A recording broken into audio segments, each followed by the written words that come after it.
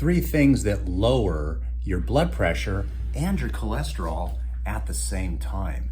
Now, I realize that some people feel that cholesterol should be higher and that your LDLs don't matter. And if you feel that way, that's totally okay.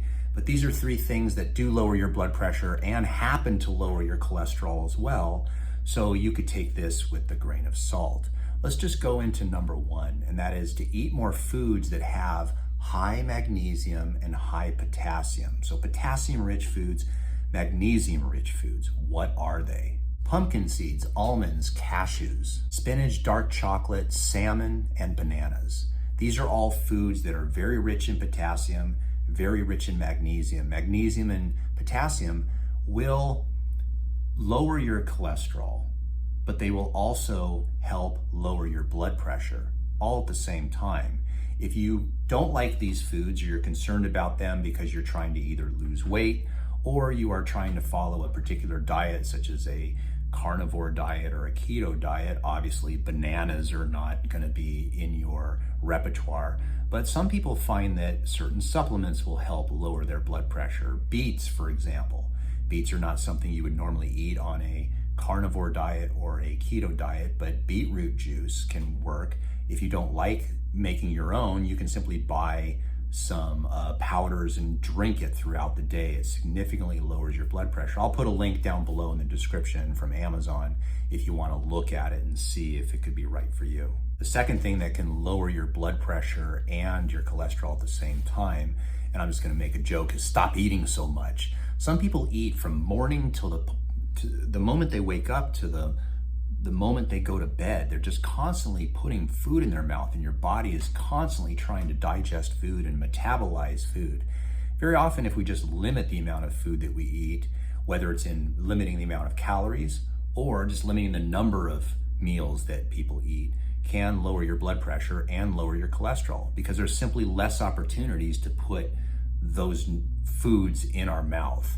So some people will follow an OMAD diet, a 1 meal a day, or they'll eat 2 meals a day, or they'll just skip breakfast. Whatever you do, eat less, you'll be surprised your blood pressure and your cholesterol both go down at the same time. The third and final thing that you can do is do cardiovascular exercise. And when I say cardiovascular exercise, I mean actually getting out and getting your heart rate up and maintaining it for a period of time. Very often we're looking for a magic bullet, some type of quicker exercise, such as high intensity interval training or weightlifting, and these things do help. However, most people are so out of shape. To take someone who's, let's say, 300 pounds, they eat bad food, they've got diabetes, they've got high cholesterol, and to have them do high intensity interval training, we saw how that worked with the TV shows like Biggest Loser. You can lose weight, it's very possible. However, it's just too intense for most people. For most people, especially people that are large, walking is a significant exercise. If you were to go out and walk, get your heart rate up, try to maintain it for a period of time. If you can only do 10 minutes, then you can only do 10 minutes. If you can do 20 minutes, great. 30 minutes, great. You can use an exercise bike, you can use a rowing machine, you can use an elliptical, you can use a treadmill. But because I'm in California, actually, let me show you what California is like. You see outside? I don't know if you can see it very well. It's sunny 72 with a light wind from the west. That's how it is here, pretty much every day of the year.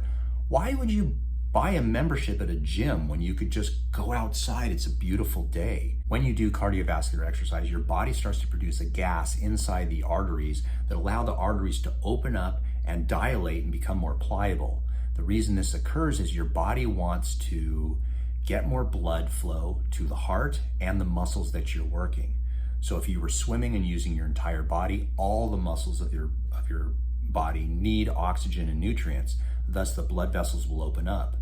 If you're doing cycling, for example, your heart, your lungs, your leg muscles are going to have arteries that are going to dilate and open up and become more pliable. It doesn't happen as much in the upper body when you're cycling because you're not really using those muscles. Those muscles don't need as much oxygen.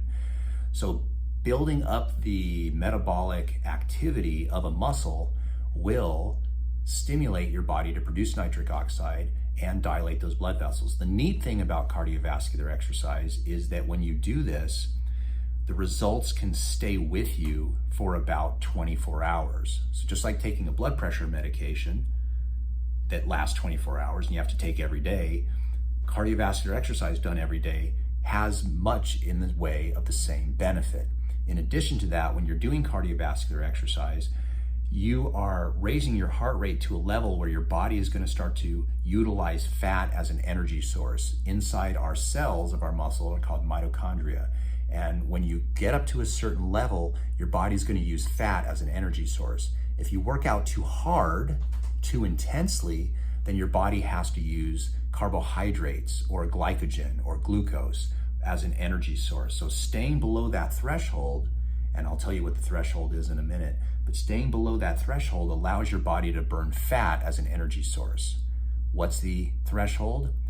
It's based on your age and your activity level. There's a general guide. 180 minus your age is about the level of the heart rate. Most people have a smartwatch or something that measures your heart rate. So when you go for a walk or you exercise, keep the heart rate at 180 minus your age, and that's the best level where you're going to be burning fat. If you thought this video was interesting, give me a thumbs up, subscribe, do all those great things with the notification bell. But more importantly, if you have questions, I'm a practicing doctor of chiropractic. I've been doing it for 28 years, try to help people with natural health care. We do Zoom and phone consultations. So if you call my office, my website is down below in the description. If you want to talk to me personally and ask questions, we do consultations, either phone or Zoom. There's a fee for it, so just call our office. You can find out what that is. The second thing is, if you have questions, you can always ask in the comment section and I might get to them.